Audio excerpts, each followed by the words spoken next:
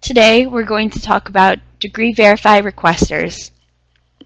The presentation will be about 30 minutes long to allow time for you to ask questions later. Feel free to send your questions to Danielle throughout the presentation, but we may hold your question to the end to discuss with the group. Here's a sneak peek at today's agenda. The webinar will provide you with insights into how the verification process works for requesters and help you better understand their values and challenges.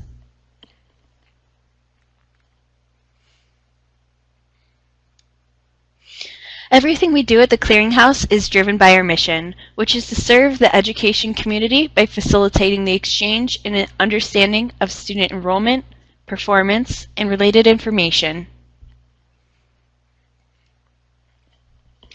Since our founding, the Clearinghouse has fulfilled its purpose and has also been a benefit to schools through its trusted and secure systems and processes, its extensive data coverage and usage, and by providing innovation solutions. Because we are your partner. We are an extension of your office, and we strive to support you in helping you meet your growing compliance, administrative, student access, accountability, and analytical needs. Requesters have to be compliant with the Fair Credit Reporting Act, which means that they need to receive their information from a reputable source and that students can dispute their requesters' results. The National Student Clearinghouse is the premier source of educational data and is convenient for requesters because they can get everything they need from one source. 75% of verifications are instantly verified, and for verifications that go into a pending status, requesters get updates on the statuses and coaching from our team for more successful outcomes the next time. That means adding more data when they submit their requests and double-checking their information before they submit. The majority of verification requests placed by large background investigation companies. As your students and alumni apply for job openings, interested employers will contract with investigation companies to perform background checks, including education verifications, to facilitate the hiring process. Many of our large and small background companies are contracted members with the NSC, but that is not a requirement.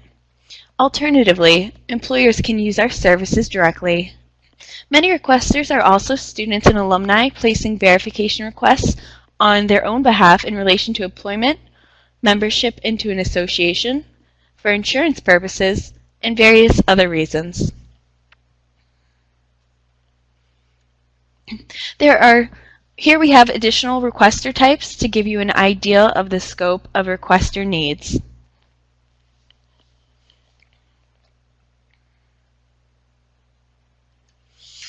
There are 3 different types of requester accounts.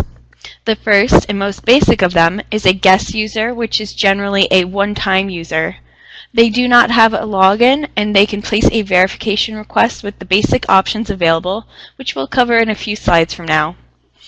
The second type of requester account is a public user account, which has slightly more access, including a web login, and allows them to search for and view all of their past verifications on one page. Another benefit is that they can save their credit card information for faster checkout. Finally, the contracted commercial requester has the most access, which may include access to the Social Security number and student ID number fields, depending on their agreement type. The requester is allowed to use the Social Security number and student ID number fields if they have an agreement to always obtain a student's signed consent. We will run audits on this type of requester to ensure that they are compliant with their agreement. This type of requester places the highest volume of verification requests and is therefore eligible for a discounted rate. They also have additional agreement options in order to maximize efficiency. And now that we have talked about who the requesters are, let's talk about what they need. First off, requesters are in need of a quick turnaround time because your student and alumni's jobs are often dependent on it. Requesters generally have a 72-hour window within which they need a response. When there is a slower turnaround time, for whatever reason, the employer may select another candidate. If you are confused about how to respond to a verification request, please contact the DegreeVerify department for assistance.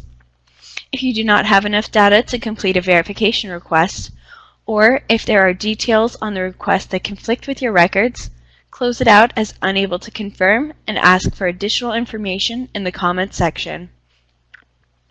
In addition, waiting for more information from an internal source, such as from archived records, another school, or from an instructor for a prolonged period of time is often more harmful than helpful when it comes to completing a verification request. Instead, we recommend that you provide the information that you have available. It is also very important that the information provided to us is accurate and complete. This often starts with your school's degree file. Making sure that your degree files are accurate ensures that there is less work for you to do later on. Often, the discrepancies found on degree files include missing information, such as dates of attendance or an additional major, or using abbreviations that the requester can interpret. We've discussed the requester's needs. Now let's move on and review the verification process from the requester's point of view. The verification process for requesters starts with this screen. First, they will select the verification type, which will be degree, dates of attendance for someone who has not received a degree, or current enrollment verification. There's also the option for professional certificates, such as a Cisco certificate, but that is not related to the verifications that will come to your school.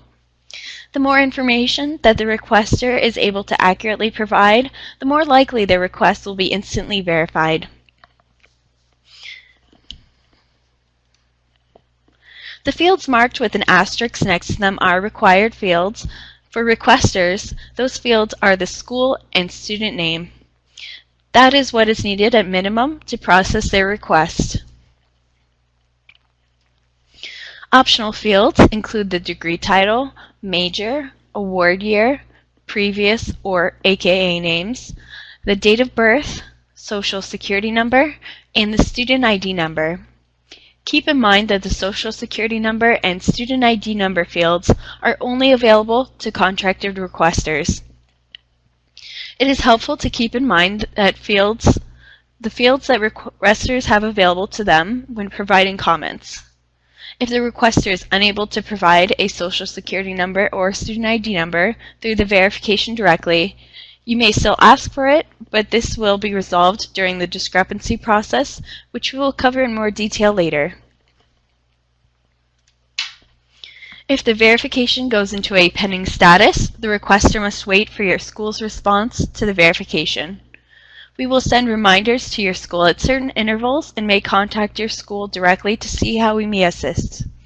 The requester is able to see the history of contact that we've made to your school so that they are aware that we are working together for a timely turnaround time happens for the requester. Once a degree or enrollment is confirmed, the requester is notified via email that their verification has been completed, and they may view the verification results online. As you can see here, the view is similar to your own view. However, there is no social security number field. Sensitive data won't be available to requesters on our website. Online, they will be able to view school comments and projected graduation date if provided. This is a verification certificate. It will provide most of the details regarding the verification from the website, but won't include school comments or a projected graduation date. The verification certificate is available for requesters to download in PDF form.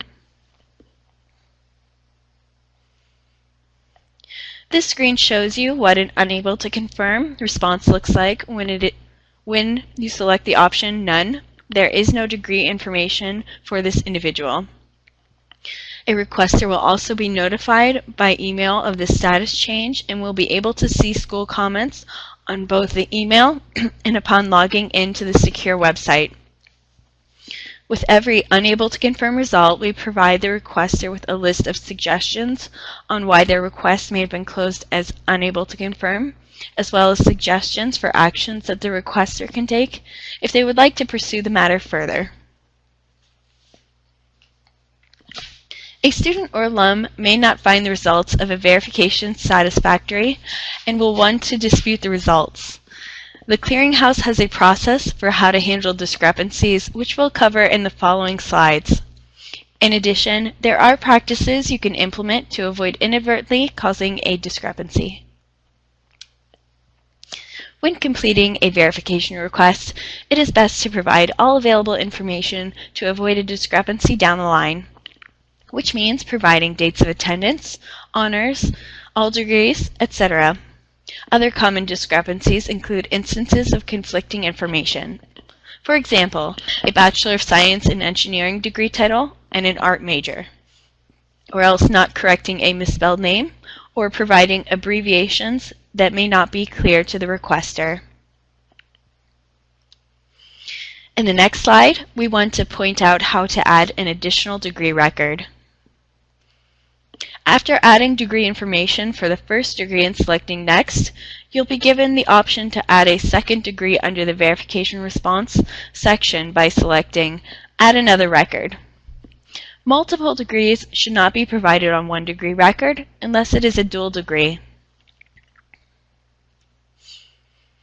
When completing a verification, be careful about how the comment section is utilized. Requesters are often confused after reading the comment section. In this example, the verification was closed as unable to confirm, but dates of attendance were provided in the comment section, which conflicts with the results. Rather, the verification should have been completed with an enrollment-only response. Providing data through the comments alone may leave our data incomplete. In this second example, there are a few issues, such as asking the requester to resubmit with information that they are not necessarily able to provide online. In such cases, they may need to go through our discrepancy process outside the Clearinghouse website. When additional information is needed, consider wording the comment carefully so as not to confuse requesters. Also, providing your personal information is not ideal because it encourages the requester to contact you directly or misuse the information. The comments section is intended only to provide requesters with clarifying data or requesting more information. In instances where a requester asks for a degree verification, but you only have enrollment, as previously mentioned, you should not provide the verification in the comments section.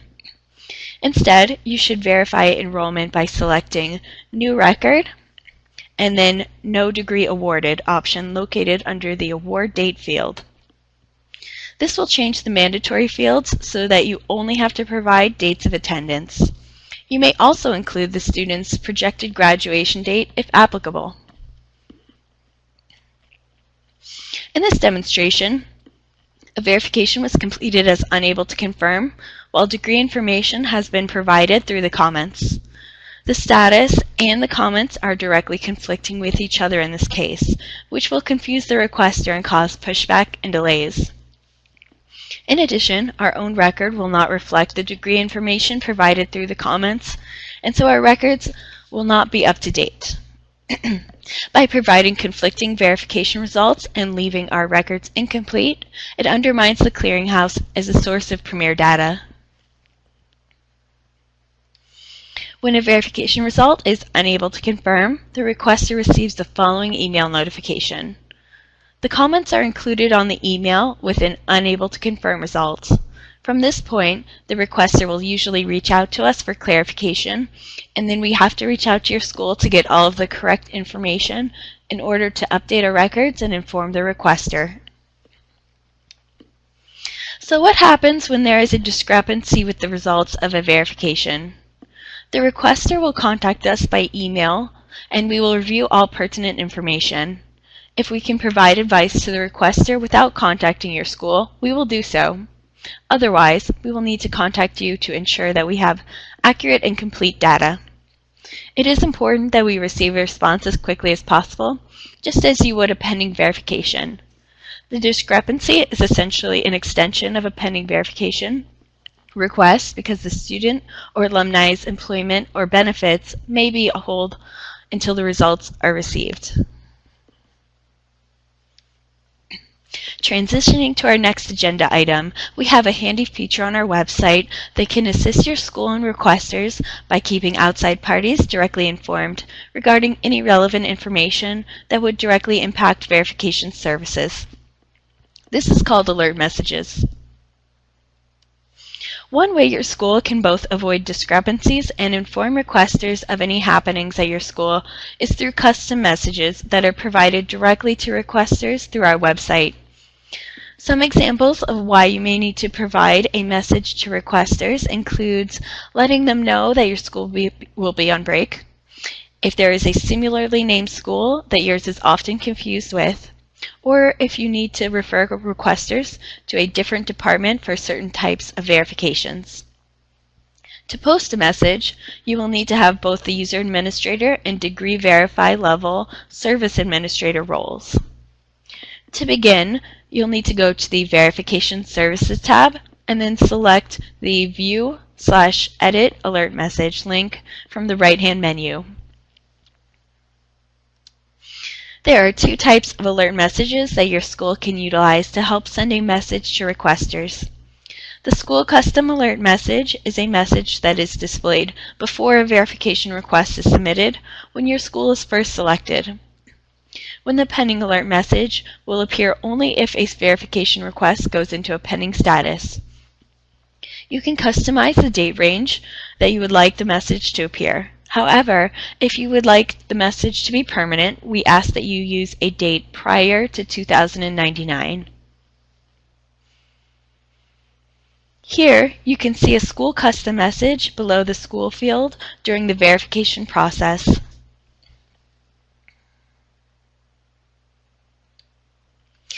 And here is a pending alert message.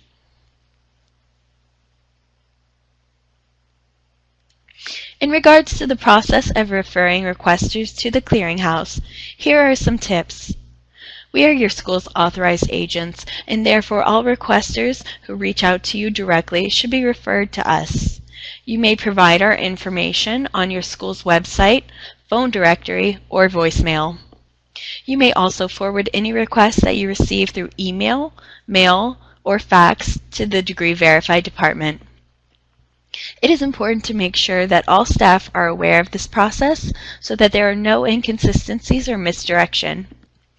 If you receive a phone call, you can either direct them to contact us or else take down their information, such as an email address and transaction ID number, and forward it to us. If the requester is particularly incessant, feel free to reach out to your DegreeVerify representative. If you are unsure of who that is, feel free to ask in the Q&A box. Although you may feel you are being helpful to the requester and student when you provide information directly to them, there are several issues with doing so. First and foremost, you will create an expectation that those requesters that they can go straight to you, which will in turn cause you to receive more calls, emails, and faxes. Many requesters will notate if they can contact you directly in the future. Another consequence is that our records will not be up to date, so if we receive any further verification requests for that particular student, we won't have accurate data. Assisting requesters directly diminishes the Clearinghouse's role as a reliable source and undermines our mission to serve your school. There are instances, however, where you will need to handle requesters directly. These are cases that are not compliant with our terms and conditions. It is important that staff are aware of which requests to handle directly so that requesters are not bounced back and forth between the Clearinghouse and your school, which will cause frustration for all parties. One common type of request is from media outlets. Most schools have a department or contact for this type of inquiry that we can refer them to. We will often reach out to your school in these cases to ensure that we can refer them to the proper contact directly. There are other types of inquiries as well, including casual, malicious, or family history inquiries which are not related to employment or a service for which the student has applied to. In all of these cases, we we would refer the requester to your school so that you may determine how to handle each case. Over the past year, we have made several enhancements behind the scenes that have improved the pending process for both your school and requesters alike. One such enhancement is when a requester attempts to submit a request to a school with a name similar to the school that the student actually attended. Our system may catch that we have a record at a similarly named school and ask the requester if they would like to switch their request to that school instead. We have also given your school the option to remove financial holds directly from our secure site when the hold is in relation to a completed degree verification request. Our matching rate has improved as well, preventing approximately 500,000 pending requests from happening in the past year. Over the past 3 years, there has been a 7% improvement in the reduction of pending requests. While that sounds like a small number, it translates to millions of pending verifications. We also take your school's suggestions into account when making updates to our services. When your school makes a suggestion, we take them into consideration for future enhancements. Because there is a process to making sure that a new enhancement works as intended, each one does take time, but just know that we are continually striving to mold our service to your school's needs. If you'd like to know more about other Clearinghouse services, you can learn all about what we're working on and obtain in-depth training on our services and enhancements by signing up for live webinars through our Clearinghouse Academy. We also have guides, resources, and a calendar of all of our events. On the site, you will also see the live in-person sessions that are hosted by our regional directors with presentations and help from NSC team members from across the organization. These are excellent opportunities to learn more about our services. We will now be answering your questions. If we receive any questions that we are unable to answer immediately, then we will contact you directly when we have an answer for you. Please stand by while we review your questions.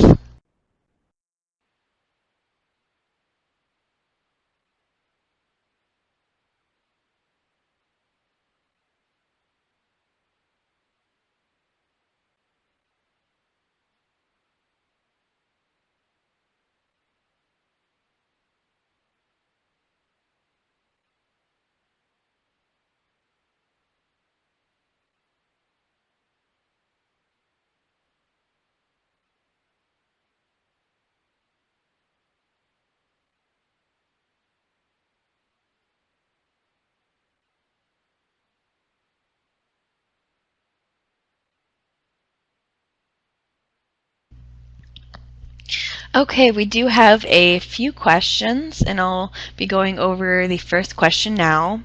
So the first question we have is, how can I provide 2 sets of attendance dates when there was a large gap in enrollment? So you can only provide 1 set of attendance dates. However, any gaps can be noted in the comment section. The second question is, what if I submitted a verification and I made a mistake? So if this happens, please contact the DegreeVerify department so that we may assist in correcting the record and notifying the requester. We can't reopen a completed verification. Therefore, depending on the situation, the requester may need to resubmit their request. Another question we have is, why do we receive so many duplicates?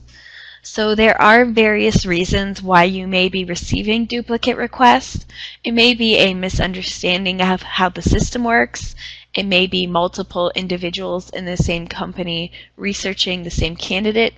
It could be impatience, or the follow-up request could have additional information, or just dissatisfaction with the original response. Either way, if you receive a significant amount of requests for the same student, feel free to contact the DegreeVerify department so that way we can remove the duplicates and reach out to the requester if necessary. Another question, what is the expected turnaround time for a pending request? The expected turnaround time for pending verifications is within 3 business days, although the optimal turnaround time is within 24 hours. We do realize, however, that the turnaround time is not feasible in all cases. Okay, next question. I get a lot of requests for archived records and often can't meet the recommended turnaround time. Do you have any suggestions? When the turnaround time of a pending verification is dependent on outside factors, such as looking into archived records or even reaching out to another department, we recommend reaching out to your DegreeVerify representative to inform them of the delay. That way, when we see that your school's pending verifications are behind, we are aware that there are no issues that we would need to reach out to your school for. If it is a frequent issue, we'd recommend creating a pending alert message so that requesters are automatically notified of the potential delay.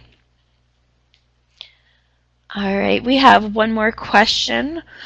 Why are requesters not seeing the comments that I am leaving? Usually, if requesters do not see your comments, it's for a lack of attention. Although seeing the comments may depend on the way they access their results, most of the time requesters should log into the secure site to view your comments. However, if the requester is using a personalized platform, it may not be set up to include the comments. If you are in direct contact with the requester in this scenario, you may refer them to the website to view the comments or else have them contact us directly.